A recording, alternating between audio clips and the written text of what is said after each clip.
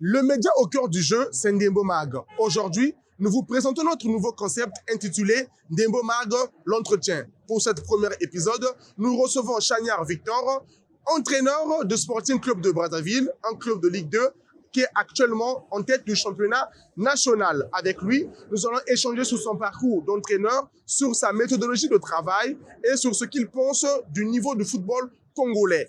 En un mot, nous ferons une immersion dans sa vie d'entraîneur. Tout ceci est à découvrir maintenant dans Ndembo Mag, l'entretien. C'est parti.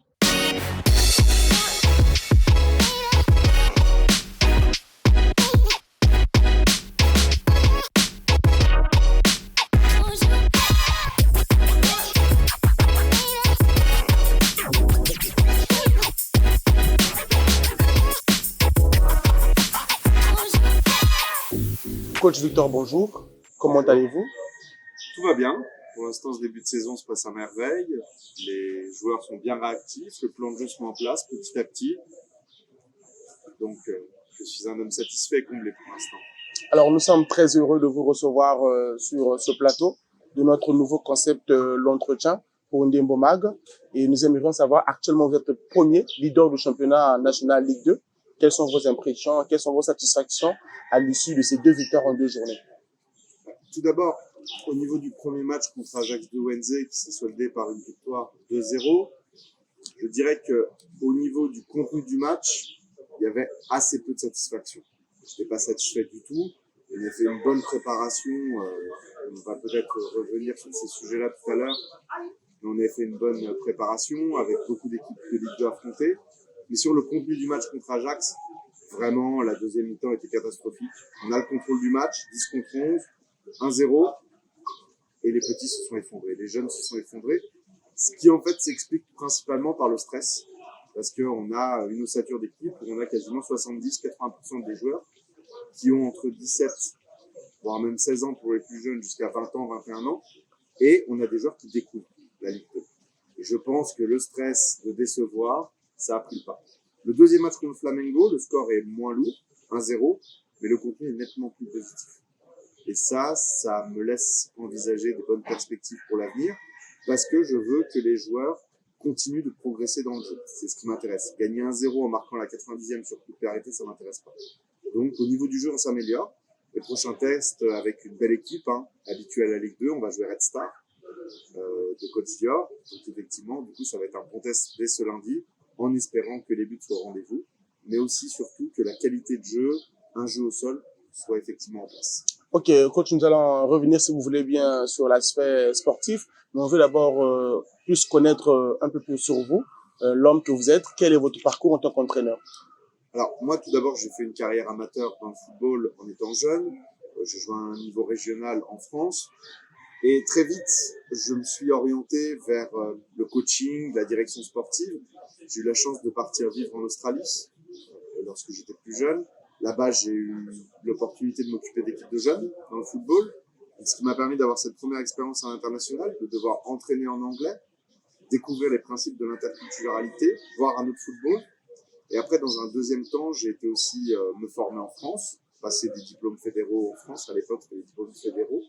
Et puis après, je suis parti aussi en Espagne, dans la région de Valence, où du coup, j'ai eu l'occasion de travailler à la fois pour le club de Valencia FC, voir un peu comment fonctionnait le football de base, et aussi avec d'autres clubs pour des catégories U18, U19, U20, pour voir comment travaillaient les Espagnols. Donc j'ai pu avoir cette approche française du football, mais aussi australienne, ou plus anglo-saxonne, avec un jeu plus basé vers l'avant, un jeu direct, et un jeu de possession à base de relance courte avec le jeu espagnol. Et puis, durant l'année 2017-2018, j'ai aussi eu la chance de faire partie du staff des équipes de France, U16, U17, dans un rôle d'accompagnateur plutôt basé sur la partie mentale, accompagnement des joueurs, notamment sur des âges que je maîtrisais bien, 16-17 ans. Et c'est vrai que là, ça m'a permis de voir le très haut niveau, voir comment la méthodologie de l'équipe de France se met en place depuis les équipes de jeunes jusqu'à l'équipe A, d'aller à Clairefontaine. Et c'est là où vraiment je me suis dit que désormais, il fallait que moi-même j'embrasse une carrière de coach. Et aujourd'hui, vous êtes à la tête d'un club de Brazzaville, le Sporting Club de Brazzaville, pour être plus précis. Alors, depuis quand vous entraînez ce club? Moi, je suis arrivé à Brazzaville en décembre 2021. Et en fait, c'est des investisseurs qui avaient pour projet de développer des projets liés au sport et aussi à la jeunesse au Congo, qui m'ont proposé tout simplement de trouver un club en départemental, de me rapprocher de ce club-là et à partir de ce moment-là, du coup, d'entamer des négociations pour voir comment est-ce qu'on pouvait mettre en place une nouvelle politique à l'intérieur de ce club.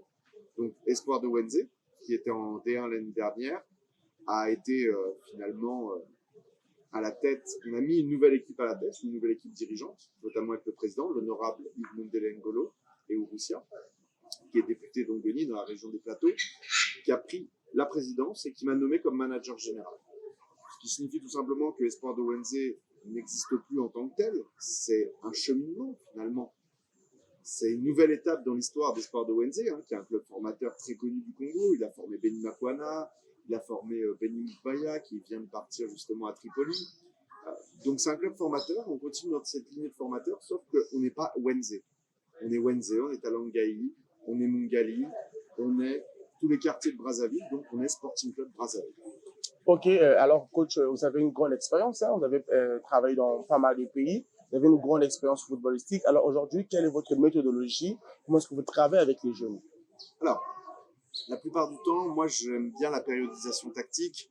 Je trouve que c'est un principe développé par les entraîneurs portugais, un aspect universitaire qui est assez intéressant. Et notamment, ce qui est intéressant dans la périodisation tactique, c'est que c'est quelque chose de nouveau pour les joueurs congolais. Donc, c'est-à-dire que la plupart du temps, on a 100% du temps avec ballon. Je ne dis pas que je ne fais pas d'exercice de fractionné en début de saison, ça m'arrive de faire du 15-15, du 30-30, mais c'est très rare. On fait souvent, on essaye de faire tout à base de ballon. Ça part des simples, les rondos, donc les taureaux, comme on appelle en français. Je crois qu'il me semble que c'est quoi? C'est en lingala. Ah, les joueurs m'avaient appris le nom, mais j'ai oublié. Donc les taureaux, on fait beaucoup de taureaux au départ, et après on essaye de faire principalement des jeux avec ballon, donc des jeux de possession, des jeux de transition, et une séance dure en moyenne entre 1h15 et 1h45, et c'est 100% ballon. Et quand lorsque vous parlez de 100% ballon, c'est-à-dire que vous, sur le terrain, vous êtes plus un coach qui veut plus garder la possession, comme le faisait le Barça à une certaine époque, ou vous êtes plus comme le Real Madrid, de vite se projeter de l'avant et aller chercher le but? Je pense que si on veut jouer comme le Barça de Guardiola, on va se planter. Pourquoi? Parce que les joueurs qui avaient Guardiola à son époque, c'est des joueurs qui évoluent ensemble depuis l'âge de 11-12 ans, qui ont une culture de jeu en une touche, deux touches, de mouvement, de déplacement, de contre-pressing, de tiki-taka, qui est incorporée depuis peut-être, on va dire, l'âge de 10 ans. Et les joueurs se connaissent par cœur. Il faut arriver à avoir de la possession, mais il ne faut pas être bloqué. Moi, si c'est pour avoir une possession basse où le central, il échange avec le latéral et le 6 et on fait que des passes latérales, ça ne m'intéresse pas. Et surtout qu'en plus, il ne faut pas oublier qu'on a un aspect culturel au Congo. C'est que les joueurs ne sont pas habitués à jouer avec de la possession. Ouais. Et dans le premier match, c'est pour ça qu'on a perdu le contrôle du ballon, parce que finalement, avec le stress, les joueurs sont retournés sur ce qu'ils savent faire. Comment ils ont été préformés, formés. C'est-à-dire qu'ils ont commencé à aller jouer des deuxièmes ballons, des longs ballons devant, on va jouer des tuels. Moi, je pense que si on joue ce football-là, c'est un football qui, historiquement, n'est pas un football qui correspond avec les Congolais. Les Congolais, d'ailleurs, le surnom des Diables Rouges, me semble-t-il, pour en avoir parlé avec les gens de Yaoundé, 72, c'est des joueurs plutôt petits, habiles techniquement, des dribbleurs, des gens qui vont provoquer balle au pied. Et moi, le constat que j'ai fait il y a un an en arrivant ici, c'est que j'ai vu des clubs de Ligue 1 où on met des grands costauds au milieu et on dit en fait, bah ouais, on va jouer les deuxièmes ballons. Mais moi, dans mon équipe, j'essaye de ne pas jouer comme ça. C'est pas parce que les joueurs comme ça n'ont pas la qualité, c'est parce que je pense qu'on a plus de chances de gagner des matchs avec des profils de techniciens. Et j'ai envie d'avoir le ballon par moment, mais j'ai aussi envie qu'on soit capable de jouer direct. C'est ça qui m'intéresse. C'est qu'il faut qu'on soit capable de s'adapter. Nous, on forme des joueurs qui doivent répondre aux exigences européennes. Parce qu'on ne va pas se mentir, la finalité de tous les joueurs ici, c'est d'avoir de la visibilité, Tout à fait. de pouvoir partir exercer leur talent à l'étranger, ce qui en plus, derrière, quand ils rentrent, c'est bénéfique pour la sélection nationale. Donc si moi je suis dans un système où je leur demande de juste jouer des deuxièmes ballons, des longs ballons et des duels, ils ne pourront pas partir. Ok, donc on comprend un peu la difficulté, mais pensez-vous que ce que vous voulez inculquer à votre équipe peut aussi être un modèle, un exemple pour des autres clubs afin de jouer notre football, de s'adapter aux au jeu de football moderne? Ça serait très présomptueux de ma part. Vraiment, j'arrive ici très modestement. Moi, j'ai une manière de jouer qui correspond aux joueurs que j'ai recrutés aussi. J'ai recruté ces joueurs-là par rapport à ces caractéristiques. Mais je sais très bien que mes collègues coachs, ils n'ont pas la chance de pouvoir recruter les joueurs qu'ils désirent vraiment. Chaque coach, il rêve de jouer bien au ballon. Je ne pense pas qu'un coach, au début de la saison, son rêve, c'est de balancer des longs ballons devant et puis d'essayer de se battre sur du deuxième ballon. Je pense que tous les coachs, ils rêvent de jouer comme Liverpool, ils rêvent de jouer la transition comme le Real. Malheureusement, il y a aussi des contraintes que mes collègues ont, qui est tout simple, qui est le manque de moyens pour certains, peut-être que des fois aussi des conditions d'entraînement qui ne sont pas faciles. Nous aussi, on le voit, hein, jouer au ballon quand on s'entraîne sur des terrains en sable, c'est complexe, mais on peut le faire. Et j'ai été très content de voir le match contre Flamengo, parce qu'on a eu une opposition dans ce deuxième match avec une équipe qui a joué au sol. Et vraiment, coach Tsumu, il a fait un travail fantastique, c'est-à-dire qu'on a vu des actions où on joue en deux touches, où on va fixer d'un côté pour renverser de l'autre. Et je pense que ça sera bénéfique à long terme. Après, je sais très bien qu'il y a des coachs qui vont continuer de jouer avec leur système de jeu, leur schéma. On verra à la fin. Ok. Alors, coach, si vous voulez bien, on va changer de chapitre. Cette fois-ci, pour parler un peu de vos préférences d'être coach, est-ce qu'au niveau de l'Europe, il y a un coach qui vous inspire le plus et un coach sur qui vous aimez regarder pour suivre son style de jeu? Est-ce qu'il y a un coach particulier? Oui, bien sûr. Marcelo Bielsa. Même si je suis supporter du PSG, la pire de mes déceptions, c'était de voir Marcelo Bielsa à Marseille. Parce que je suivais les matchs de Marseille avec l'œil du passionné qui me disait je prends plus de plaisir à regarder les matchs de Marseille que certains matchs de mon équipe. Donc ça, c'était assez particulier. Parce que vraiment, en tant que passionné de football, Marcelo Bielsa, ce qu'il a fait avec Leeds, j'essaye par moment à ce que les joueurs puissent se rapprocher de cette philosophie-là. C'est quasiment impossible, parce que c'est très énergivore. Mais oui, les coachs qui m'inspirent, effectivement, on va avoir Bielsa, on va avoir Klopp. Voilà. J'aime ce style de jeu. Bielsa, Klopp, et puis après, on est entraîneur français. Zidane, on va dire, dans son organisation défensive. Ok, alors aujourd'hui, on va peut-être parler plus. Bon, là, vous avez parlé d'un entraîneur avec sa philosophie de jeu. Est-ce qu'il y a une équipe aussi qui évolue avec une philosophie de jeu qui vous plaît bien, aujourd'hui au niveau de l'Europe? J'aime bien Naples cette année. Naples de Sarri, c'est pas mal. J'aime bien dans les principes. Après, pas spécialement. Par exemple, je vais plutôt dire ce que j'aime pas. En ce moment, j'aime pas regarder le jeu du PSG. En tout cas, tout le monde n'est pas regardé le jeu du PSG en ce moment. Voilà, parce que c'est des principes de jeu que je ne comprends pas, que je ne saisis pas quand je regarde le match. Et par exemple, Lens. Je préfère regarder Lens. Parce que oui, il y a peut-être moins de talent, mais je vois une idée claire. Je vois des courses, je vois des duels, je vois une volonté, une intention d'essayer de faire quelque chose avec le ballon. Et c'est ça qui m'intéresse, c'est de voir des équipes où il y a une intention de jouer avec le ballon. Arsenal. Arsenal en ce moment. Même s'ils ne seront peut-être pas champions, Arsenal, je vois une intention de jeu. Très bien, on va revenir au Congo, cette fois-ci pour parler du football congolais en général. Alors, vous avez dit que vous êtes à Brazzaville un peu il y a un bout de temps. Vous observez aussi les équipes nationales, toutes catégories confondues, également des clubs. Est-ce que quel est le regard que vous portez sur le football congolais aujourd'hui? Bon, il y a des problèmes, on va dire, au niveau de la sélection A. Ça arrive, une période un petit peu peut-être compliquée, parce qu'on a peut-être du mal à trouver un groupe qui se dégage par rapport à ça. Malgré tout, il y a des résultats.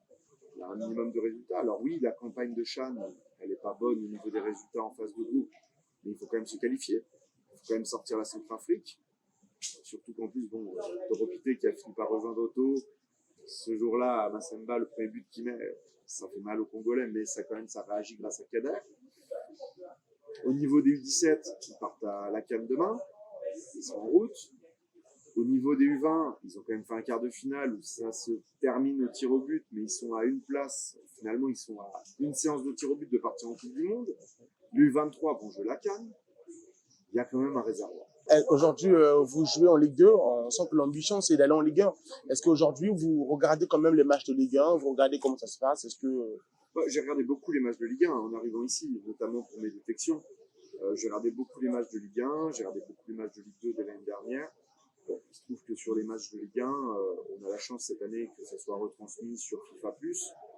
Donc ça, déjà, c'est une très belle exposition pour les clubs. Participe. Malheureusement, nous, en Ligue 2, on n'a pas cette chance-là. On n'a pas la chance, du coup, d'avoir cette exposition qui, je pense, serait nécessaire et qui permettrait le développement des clubs. Maintenant, au niveau des clubs de Ligue 1, Julien Maître fait un super travail à couteau.